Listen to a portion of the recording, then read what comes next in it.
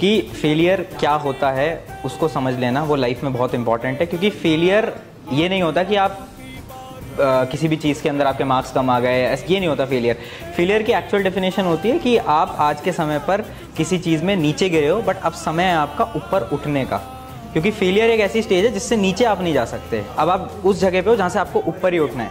हारना बहुत ज़रूरी है भाई, जीवन में बहुत ज़्यादा इम्पोर्टेंट है। हार के जो आंखों में आंसू आते हैं ना, जो इंसान इमोशनल होता है ना, वो अंदर से इंसान को स्ट्रेंथ देता है। मैं बहुत हारा जीवन में, और जब मैं हारा तब मैं अंदर से स्ट्रांग हुआ।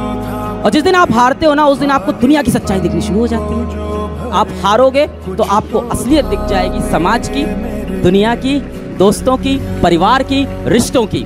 मुझे ऐसा लगता है मैं खुद से बस क्वेश्चन पूछता हूँ, एंड फेल हो गया, एंड मेरे से नहीं हो पा रहा, एंड मैं सही बंदा नहीं उस टाइम पे, एंड पैसे नहीं कमा पा रहा हूँ अभी मैं, and what.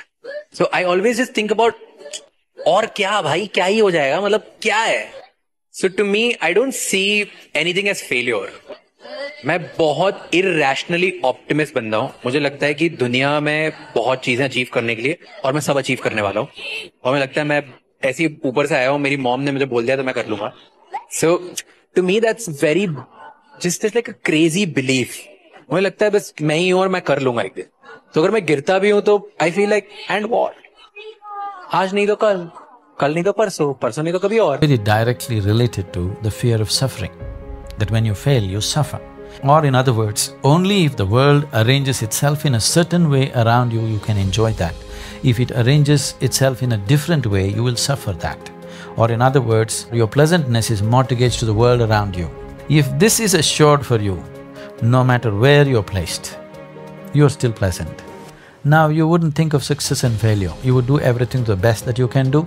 If it works, it works. If it doesn't work, it doesn't work.